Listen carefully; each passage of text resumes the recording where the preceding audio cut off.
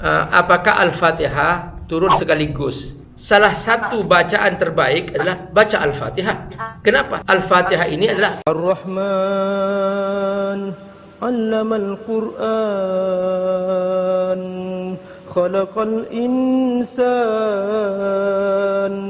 'allamahul bayan.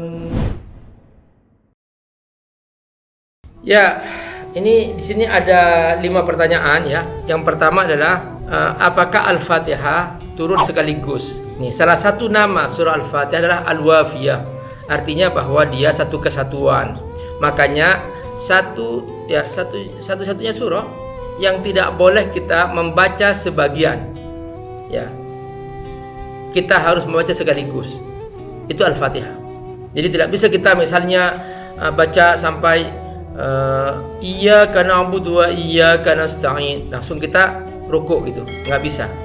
Al-Fatihah harus dibaca sekaligus karena Al-Fatihah turun sekaligus juga, dan dia disebut Al-Wafiyah. Selain Al-Fatihah, surah Al-Baqarah misalnya, surah Ali Imran misalnya. Kalau Al-Ikhlas kan memang pendek banget ya, ngapain dipotong lagi, kan nggak perlu karena dia sudah pendek. Juga Al-Kausar juga pendek banget. Tapi kalau yang lain-lain ya, kita dibolehkan misalnya kita baca sebagian ayat lalu kita rukuk misalnya, boleh gitu. Nah, itulah salah satu keunggulan Al-Fatihah. Dia harus dibaca sebagai satu kesatuan, tak terpisahkan. Tidak sah sholat seseorang ketika dia hanya membaca sebagian Al-Fatihah, tidak sempurna sampai akhir, karena memang dia turun sekaligus sebagai satu kesatuan, tak terpisahkan. Yang kedua, Pak Ustadz, mengapa kok tadi 3 kitab yang disatukan dalam Al-Quran? Bagaimana dengan kitab Zabur? Nah, Bapak Rahimahullah, semua kitab suci yang Allah turunkan itu intinya sama, yaitu mengajarkan kepada tauhid kepada Allah Subhanahu wa ta'ala. Semua ajaran Nabi adalah tentang Islam. Inna dina indallahil Islam. Termasuk kitab Zabur, isinya tentang itu, yang diturunkan pada Nabi Daud alaihissalam.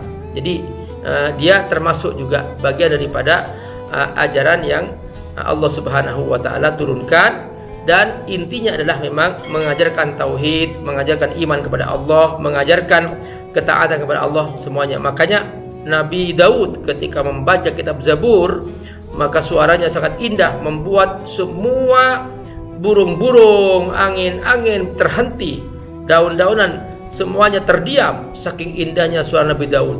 Nah, begitu salah seorang sahabat di zaman Nabi Muhammad SAW, namanya Abu Musa al-Ash'ari, dia membacakan Al-Quran dengan suara yang indah. Nabi langsung memujinya, laqad u'tita mizmar min mazamir ali Daud. Engkau suaramu seperti suara Nabi Daud alaihissalam ketika membacakan kitab Zabur. Jadi semuanya itu disatukan. Tapi Bapak Rahimahullah, yang disebutkan dalam riwayat yang tadi itu adalah 3, yaitu kitab Taurat, kitab Injil, yang disebutkan saja. Tapi bukan berarti Zabur tidak termasuk semuanya. Jadi semua risalah terdahulu yang perlu turunkan digabung dalam Al-Quran. Karenanya para ulama membahas, ada syariat yang dihapus, ada syariat yang dipertahankan, disebut syar'u man qablana. Nah, itu semua disebutkan dalam Al-Quran, dan kita akan tahu kalau kita belajar ulumul Quran. Jadi contohnya ya, dulu syariat pada zaman terdahulu Bani Israel, syariat bertobat itu adalah dengan cara membunuh diri mereka. Itu cara bertobatnya. Kalau sekarang kan enggak, kita dengan cara menyesal, bertobat, minta ampun kepada Allah. Itu sekarang yang kita ajarkan dalam Al-Quran. Berarti syariat terdahulu dihapus oleh Allah Subhanahu wa ta'ala. Misalnya dulu di zaman Nabi Adam alaihissalam, itu boleh menikah dengan saudari kandung karena waktu itu manusia masih sedikit. Nah, sekarang sudah haram kita menikah dengan saudari kandung. Nah, itulah proses-proses itu semua berjalan dengan perkembangan manusia.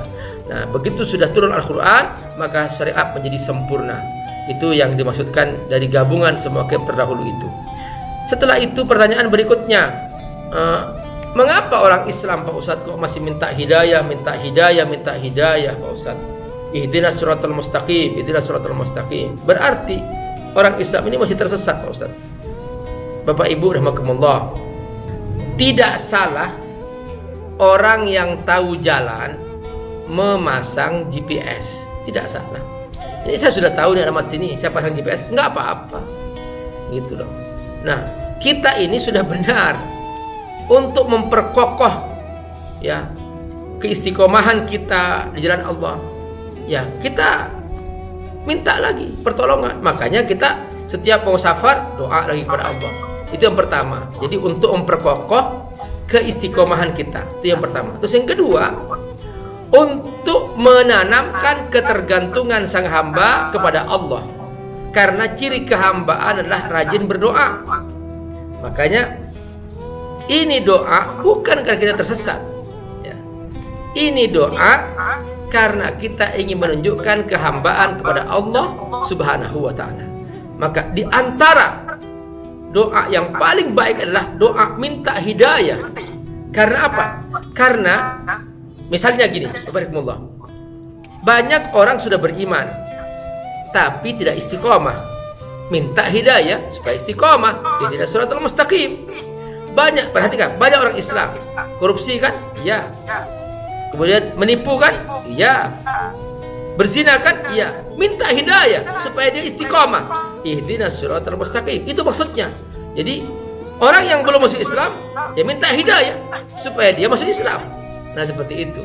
Kalau di luar Islam ya jelas ya, itu adalah bukan ikut yang Allah ajarkan, itu jelas. Nah, tapi kalau kita mengapa? Untuk lebih istiqomah. Yang kedua, untuk menunjukkan bahwa kita hamba Allah Subhanahu wa taala. Man lam yas'alillah yaghdab alaihi. Siapa yang tidak minta kepada Allah, Allah murka kepadanya. Allah senang kepada sang hamba yang selalu minta kepada Allah Subhanahu wa taala. Nah, itu salah satu rahasia doa. Pak Ustadz, doa untuk yang meninggal membaca Al-Fatihah. Ya benar. Jadi salah satu bacaan terbaik adalah baca Al-Fatihah. Kenapa? Al-Fatihah ini adalah sab'un minal masani, yaitu kata Allah walaqad atainaka sab'an minal masani wa Qur'an azim. Al-Qur'an adalah merupakan Al-Fatihah merupakan 7 ayat yang dibaca diulang-ulang. Semakin ayat ini dibaca diulang-ulang semakin berkah. Makanya kalau kita membaca Al-Fatihah dan mendoakan untuk si mayit, maka kita dapat pahala. Di saat yang sama kita memohon kepada Allah menjadi wasilah supaya dimudahkan urusan si mayit ini, diampuni dosanya. Maka kata Nabi apa? Idza mata ibnu Adam in qata amaluhu illa min salas. Ketika anak Adam meninggal dunia, dia enggak mampu untuk beramal kecuali dengan 3 hal. Pertama, sedekahun jariyah, waktu hidup dia bersedekah jariyah. Yang kedua, au ilmun yuntafa'u bihi, waktu hidupnya dia punya ilmu. Yang ketiga apa? Waladun shalihun yad'u lahu, ada orang lain mendoakannya. Ya. Doa yang terbaik adalah doa yang dengan wasilah amal soleh. Nah, wasilah amal soleh apa? Membaca Al-Fatihah, amal soleh. Maka dengan wasilah amal soleh ini kita mendoakan si mayit supaya dimudahkan urusannya, diampun dosanya, dipancarkan cahaya kepadanya. Itulah Bapak Ibu Allah tentang rahasia mendoakan si mayit. Semoga Allah berkahi. Assalamualaikum warahmatullahi wabarakatuh. Sahabatku rahimakumullah, Abi Amir sekarang sedang di proses pembangunan masjid yang kami di lokasi.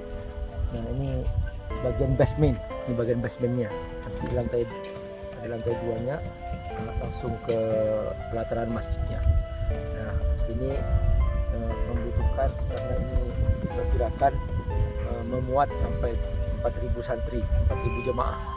Jadi insya Allah cukup besar biayanya. Sahabat Allah, teruskan berinfak, berbagi untuk pembangunan masjid Fat Al-Hakim di pesantren Fat Darut Tafsir, dan mudah-mudahan semua yang Bapak Ibu infakkan, sedekahkan, wakafkan, Allah akan ganti 700 kali lipat seperti yang Allah janjikan. Man bana masjidan faqad bana baitan fil jannah. Siapa yang membangun masjid maka dia telah membangun rumah di surga.